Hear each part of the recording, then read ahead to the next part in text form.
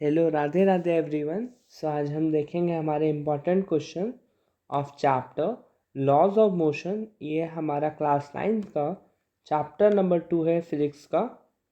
तो चलिए देखते हैं हम इम्पोर्टेंट क्वेश्चन इस चैप्टर के। इसका पहला क्वेश्चन है, states Newton first law of motion and give an example. Newton first law of states an object remain at rest or in uniform motion in a straight line unless acted upon by a external force.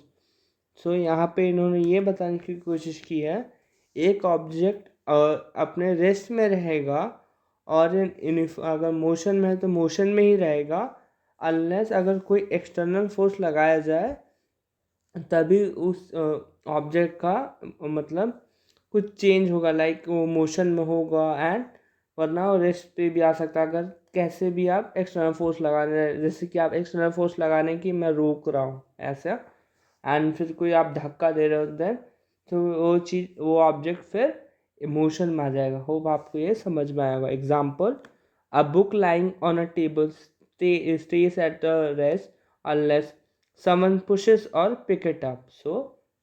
यहाँ पे object का motion मतलब motion में आ गया, मतलब object, क्योंकि पहले से वो रेस्ट में था हमारा बुक, बट किसी ने पुश किया और पिक इट अप किया, सो उससे मोशन चेंज हो गया उस बुक का। देन आवर सेकेंड क्वेश्चन है, what is inertia, on what factor does it depend. Inertia is the tendency of an object to resist a change in its state of motion or rest. जो inertia होता है हमारा body का, resist करता है हमारी body को कि अगर हम स्टेट ऑफ मोशन में हैं तो मोशन में ही रहेंगे, अगर स्टेट ऑफ रेस्ट में है तो हम रेस्ट में ही रहेंगे। चेंज नहीं करना चाहता है हमारे यहाँ। मगर जब एक्सटर्नल फोर्स लगता है कोई, उससे हमारा स्टेट ऑफ इनर्शिया हमारा चेंज हो जाता है। And it depends on mass, more mass means more inertia. जितना मास होगा किसी ऑब्जेक्ट का उतना ज़्यादा उसके पास इनर्शिया होगा। जैसे ट्रेन का इनर्शिया बहुत ज़्यादा होता है, आपने देखा होगा कि ट्रेन काफ़ी हैवी होता है। देन आवर थर्ड क्वेश्चन है, define force, what are its effects. A force is a push or pull that can change the state of a motion or shape of an object.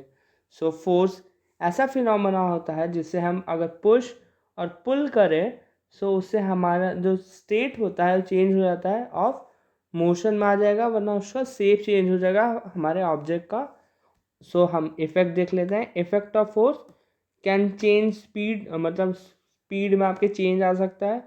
Can change direction, direction भी आपकी change हो सकती है। Can stop और start motion, मतलब आपको रोक सकता है और मोशन में भी आपको ला सकता है। And can change the shape of a object, object का शेप भी बदल सकता है। देन नेक्स्ट क्वेश्चन है, state second law of motion, derive the relation F is equal to ma. Newton's second law of motion states that the rate of change of momentum of an object is directly proportional to the applied force and the take place in the direction of the force. ये हमारा जो second law of motion बोलता है, ये जो हमारा rate of change of momentum directly proportion है हमारा फोर्स के, और जिस डायरेक्शन में जो फोर्स हमारा लग रहा है। हमारा डेरिवेशन है, F is directly proportional to M v minus m u upon t. हमारा एम यहाँ आ गया mass, v minus u upon t, v minus u upon t को हम ए बोल देंगे। Then F equal to m a, हमारा जो हमें प्रूफ करना था वो आ गया हमारा, और यहाँ पे हमारा एम मास है and A is the acceleration. Hope आपको ये डेरिवेशन समझ में आया होगा। सर नेक्स्ट क्वेश्चन है, a body of mass 2 kg is moving with a uniform velocity, uniform acceleration 2 meter per second square. Calculate the force applied. हमें given है mass is equal to 2 kg and acceleration हमें दिया है 3 meter per second square. By the second law of motion, F is equal to m है, 2 into 3 is equal to 6 Newton हमारा answer हो जाएगा। Next question है, states the Newton third law of motion and gives two examples. So Newton third law of motion states that for every action there is an equal and opposite reaction. So जो जितना हम force लगाएंगे किसी object पे, वो भी object हमें उतनी ही फोर्स से हम पे उतना ही एक्शन मतलब उतना ही फोर्स लगाएगा हम पे. सो यही बताने की कोशिश कर रहे हैं इन Newton third law of motion. So इससे एग्जांपल है walking we push the ground backwards and the ground pushes us forward. So जब हम वॉक करते हैं सो हम ग्राउंड को जो हमारी है सो उसको हम पीछे बैकवर्ड हम पुश करते हैं जिससे कि हम आगे बढ़ सकें.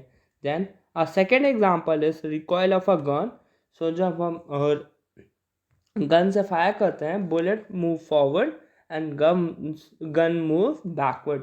सो बुलेट हमारी आगे चली जाती है बट हमारा जो गन होता है वो हम पीछे आ जाती है जिससे हमें झटका लगता है. सो आवर नेक्स्ट क्वेश्चन है define momentum. What is SI unit? So momentum is equal to P is equal to M V which is mass into velocity. और ये एक तरह का वेक्टर क्वांटिटी होता है and its SI unit is KG metre per second. So our next question is a bullet of mass 0.01 kg is fired with a velocity of 500 meter per second from a gun of mass 2 kgs. Find the recoil velocity of the gun. So here we use law of conservation of momentum. So यहाँ पे हमारा 0 आ जाएगा equal to m1 क्योंकि हमारा जो gun था पहले rest में था चलता है m1 v1 plus m2 v2 is equal to 0. So हम पहला वाला मास रखें 0.01 इंटू 500 प्लस 2 इंटू v2. सो इससे 5 प्लस 2v2 आ जाएगा हमारा is equal to 0. So v2 हमारा 2-2.5 मीटर पर सेकेंड आ जाएगा जो हमारा रिकॉइल वेलोसिटी है in opposite direction. So our next question है why it is easier to stop a bicycle than a loaded truck moving with the same velocity. क्योंकि a loaded truck has more mass so it has more momentum and requires more force to stop. So जो हमारा truck होता है उसके पास ज़्यादा मास होता है and उसका मोमेंटम भी काफ़ी ज़्यादा होगा इस चलते वहाँ पे हमें ज़्यादा फोर्स की रिक्वायर्ड होती है जिससे कि हम रोक सकें ट्रक को. Then our next question is explain why passenger tend fall forward when a moving bus suddenly stop. Due to inertia of motion, the lower parts of the passenger body stop with the bus, but the upper part tend to keep moving forward.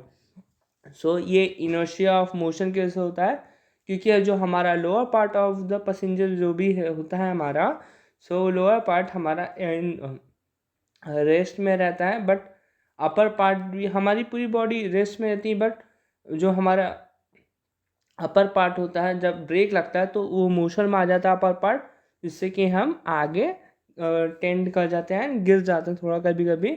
सो इसी चलते ये होता है ये phenomena. Hope आपको ये lecture अच्छा लगा हो. So thank you and have a nice day. Radhe Radhe everyone. Thank you. Bye bye.